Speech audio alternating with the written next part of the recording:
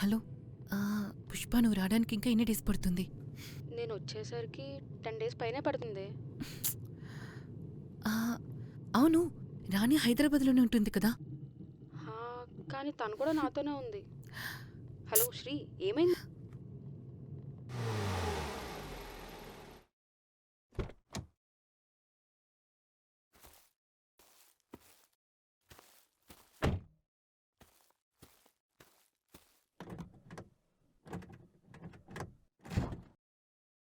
ఎలా ఉన్నావు శ్రీ?